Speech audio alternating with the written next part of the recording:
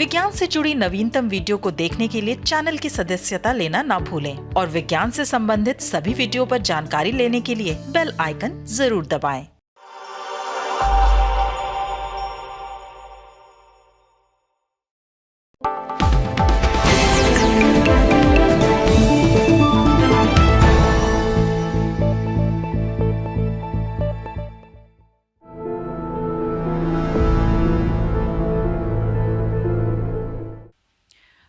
Bulletin कोविड-19 में आप सभी का स्वागत है। मैं हूं आपके साथ अंजलि चौहान। देश में जारी कोरोना महामारी के दौर में एक अच्छी खबर सामने आई है।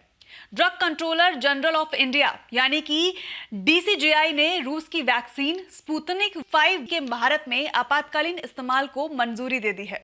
सीरम इंस्टीट्यूट ऑफ इंडिया द्वारा निर्मित कोविशील्ड और भारत बायोटेक की कोवैक्सीन के बाद कोरोना की ये तीसरी वैक्सीन होगी जो देश में इस्तेमाल की जाएगी। रूस के जामालिया इंस्टीट्यूट द्वारा विकसित इस वैक्सीन को दुनिया भर के 30 देशों में मंजूरी मिल चुकी है। रूस में इस वैक्सीन के क्लिनिकल ट्रायल किए जा चुके हैं। भारत में डॉक्टर रेड्डीज लेबोरेटरीज रूसी प्रत्यक्ष निवेश कोष यानी कि RDIF के साथ मिलकर इस वैक्सीन के दूसरे और तीसरे चरण के परीक्षण कर रही है। इन परीक्षणों में मिले अंतरिम आंकड़ों का विश्लेषण करने के बाद ही केंद्रीय औषधि मानक नियंत्रण संगठन यानी कि CDSCO की विषय विशेषज्ञ समिति यानी कि SEC ने इस वैक्सीन के आपातकालीन इस्तेमाल की सिफारिश की है।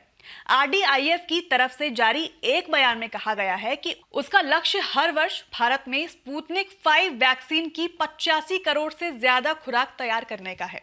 इसके लिए उसने भारत की कई फार्मा कंपनियों के साथ करार भी किया है।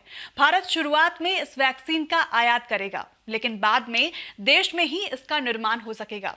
शुरुआत में इस वैक्सीन का आयात डॉक्टर रेड्डीज लेबोरेटरीज के माध्यम से किया जाएगा। इस वैक्सीन को 18 साल या फिर उससे ज्यादा उम्र के लोगों को ही लगाया जा सकता है। वैक्सीन को -18 डिग्री के तापमान पर स्टोर करना होगा।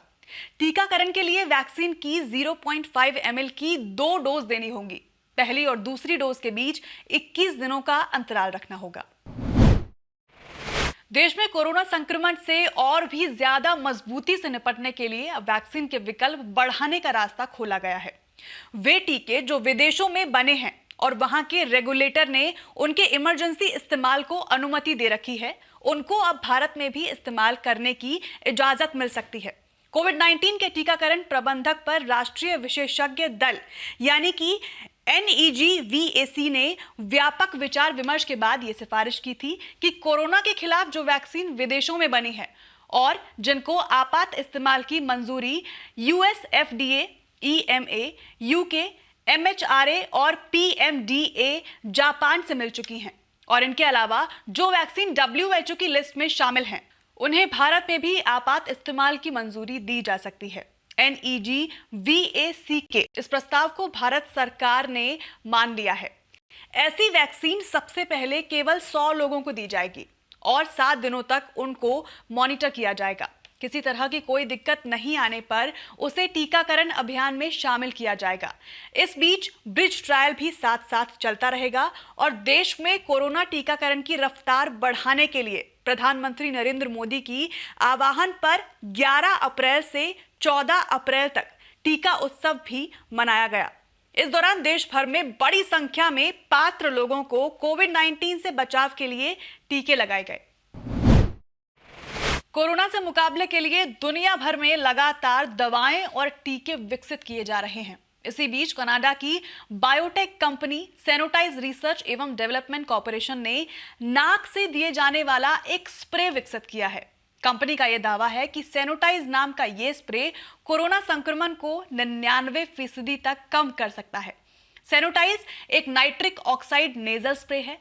क्लिनिकल ट्रायल के दौरान पाया गया कि इस स्प्रे का इस्तेमाल करने के बाद कोविड-19 से संक्रमित मरीज पर वायरस का प्रभाव 24 घंटे में 95% और 72 घंटों में 99% तक कम हो गया।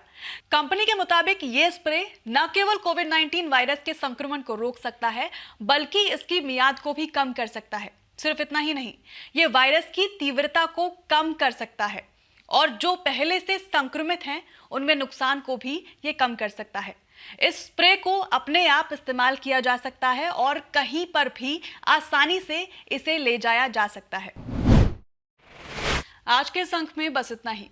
बुलेटिन कोविड-19 के अगले अंक में हम आपके साथ एक बार फिर से हाजिर होंगे।